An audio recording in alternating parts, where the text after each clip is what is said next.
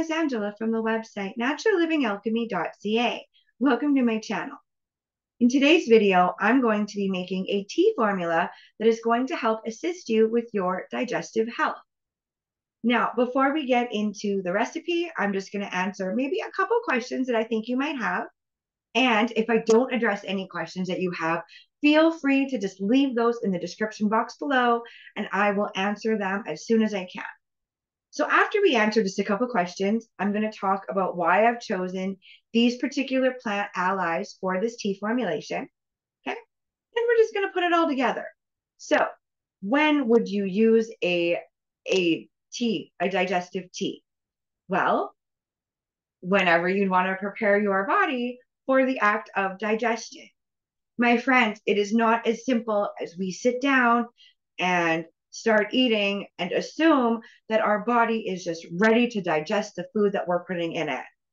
It is a little bit more complicated and complex than that. Now, I did just do a video on last week on digestive bitters, and I talked a bit there about the digestive pathway, and you can just watch that, and I'm going to link that in the description box below so I don't just stand here repeating the same information. Okay. And before I forget to tell you, other things you can find in that description box is going to be a full written blog article that accompanies this video, as well as some links as to where you can grab some of these things for yourself and start making your own tea formulations for digestion. When would you use something like a digestive tea? Right? So, I mean, I already said that it's going to help prepare your body for the act of digestion. Okay. And one thing that your body needs to do for the whole digestive process to begin is it actually requires a bitter taste. That is what is going to get the whole ball rolling on your digestive system. All right. So, if you were going to have this tea, probably 10 to 15 minutes before you wanted to eat. That's all you'd have to do to just kind of get the ball rolling and just get your body prepped to absorb those nutrients that you're about to give it. So another time that you could use this instead of before you were going to eat, you could have it after. Maybe you just had like a really fatty meal and you're kind of feeling maybe a little bit nauseous. All right. Have this tea then. All right. It's never too late to kind of get those secretions going and those digestive juices flowing. So that's when you would use it. Who would use something like a digestive tea? Well, anybody who is actually wanting to assist in their own digestive process. So if you're wanting to relieve something maybe like gas, bloating, upset stomach, this tea is going to help you. Even if you notice that you're having a little bit of a bout of constipation, having something like a bitter tea, a slightly bitter tea, is going to help get those secretions flowing, and it's going to help stimulate that bile, and in turn is going to help you go more regularly. Now, one more thing I just would like to remind you of is I am not a doctor. None of what is on this channel is medical advice. It is simply here for information and educational purposes only.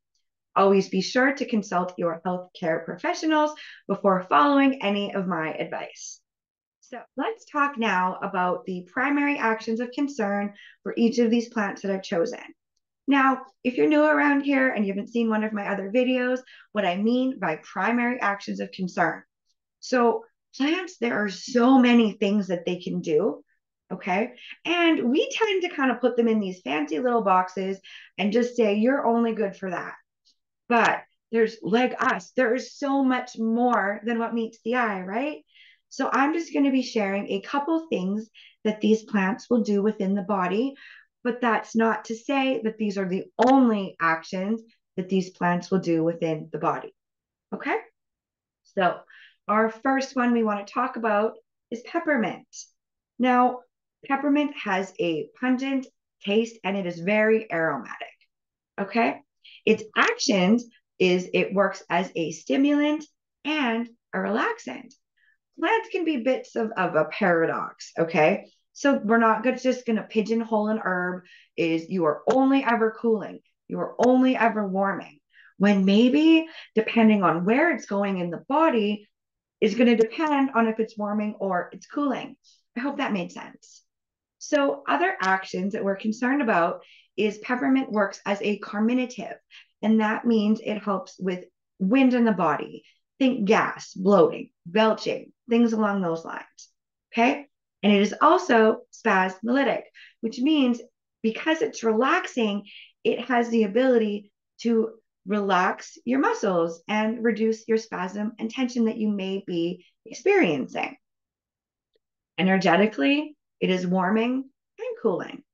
It is drying and it is also stimulating and relaxing.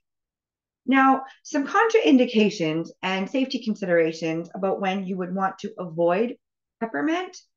You're going to want to avoid it if you have a like a hernia in your gut, if you suffer from GERD or excessive peppermint. Now, I'm not going to call what this formulation and the amount of peppermint we're using as excessive. However, because I am always erring on the side of caution, excessive peppermint should be avoided if you are in early pregnancy. And this is because of its emmenagogue effects. So that means that it can actually stimulate menses and bring that on. And you should also be a little bit cautious with giving this to a nursing mother, as peppermint could reduce breast milk production. The ruling planet of peppermint is Mercury, the ruling element is air, and the ruling principle is sulfur. If you're needing a little bit more information on what I mean about ruling planet, element, or principle, I'm going to send you to a video that I did on the Western alchemical map of creation. Okay. And that's just going to explain a little bit more about those just ruling parts of our plants. Our next plant is dandelion. So, dandelion has a bitter taste. That is one of the main reasons that I put it in this formula today. So, actions that dandelion does within the body is it is an alterative, and that means it has the ability to help eliminate excess dampness from the body and therefore cooling down excessive heat. Okay. It is a wonderful ally in supporting the kidneys, the liver, and digestion as a whole. And it also has a cholagogue or choleretic effect, which means that it can stimulate bile and bile production. It has an affinity for the hepatobiliary system, which means that that's your liver, your gallbladder, your bile ducts, and all of that. All right. It also has an affinity for the digestive system, for your blood, and your lymphatic system. Energetically, it is cooling and it is actually going to have a net drying effect and be slightly tonifying quality that can help open up and loosen stagnation within the tissues. So some contraindications with dandelion is it is considered to be generally safe, but if you are on a lithium medication, it may negatively interact with that. Its ruling planet is Jupiter, its ruling element is water, and its ruling principle is salt. Our final ingredient today is chamomile. So, chamomile's taste is kind of interesting. It depends on the dosage. If it is a smaller dosage, it's going to have a bit of a sweeter taste. If it's a stronger medical type infusion, it can actually have a bitter taste. And it is very aromatic. So its actions, it works as a bitter tonic, it works as a carminative, it works as a spasmolytic, and it is inflammation modulating. So that just means, well, it is not going to be shutting down your body's natural inflammation response. That's there for a reason. It is very important. And that is something you don't want to shut down and mess with in that way. However, by adding a plant that is an inflammation modulator, it's just going to go within your body and just, I kind of see it as just a dial. And it's just going to not shut it off, but it's going to fine tune it just a little bit. Okay. and therefore help out in that way. Chamomile has an affinity for your digestive system. Energetically, it is cooling, it is drying, and it is relaxing. So, some contraindications of chamomile is, well, it is generally regarded as safe, and it's the FDA that decides if something's safe or not. Okay. But you're going to want to be careful if you are on some like central nervous system depressants, and you're going to want to avoid it if you're on anticoagulation medications or if you are allergic to the aster family plants. Okay. The ruling planet is Venus, the ruling element is the air, and the ruling principle is sulfur. Those are all of the ingredients that we're going to be using for this tea formulation.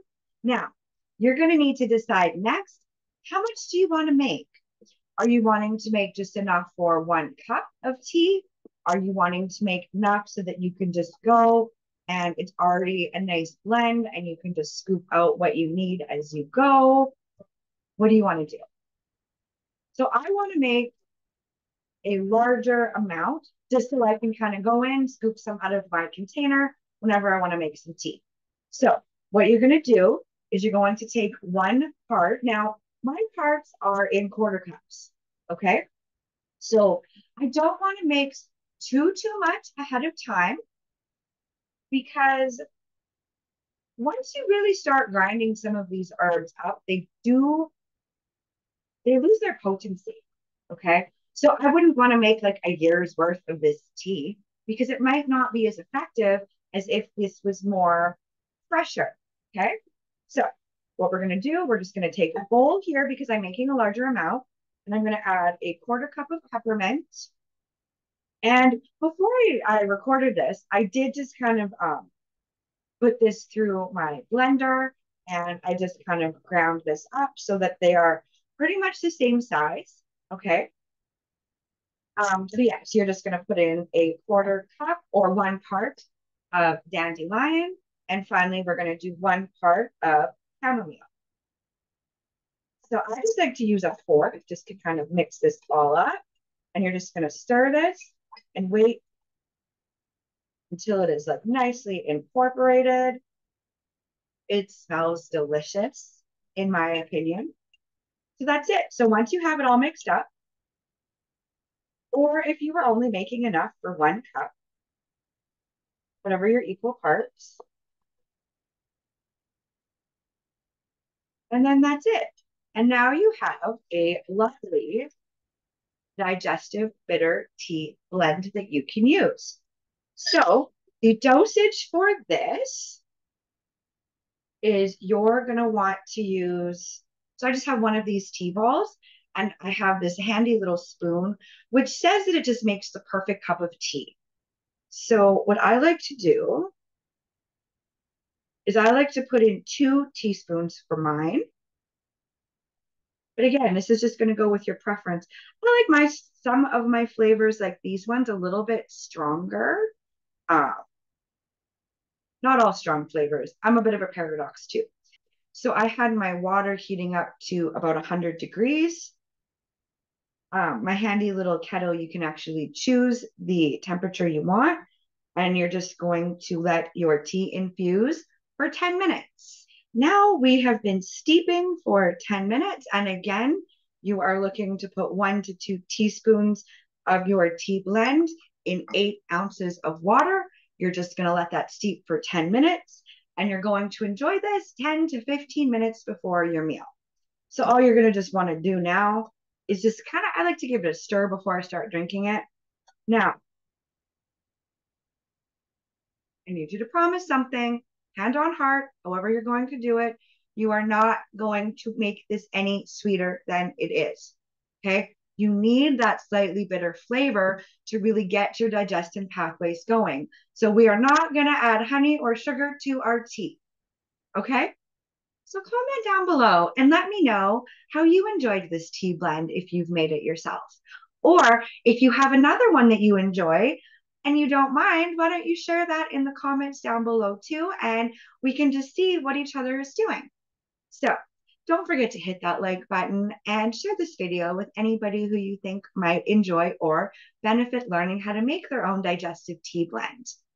And consider subscribing to the channel so that you don't miss any future videos that I have planned on bringing you. And you can also find me on Facebook, on Pinterest, and on Instagram. So be sure to connect there as well. And I really just want to thank you for spending this time with me today. And may you find peace wherever you are.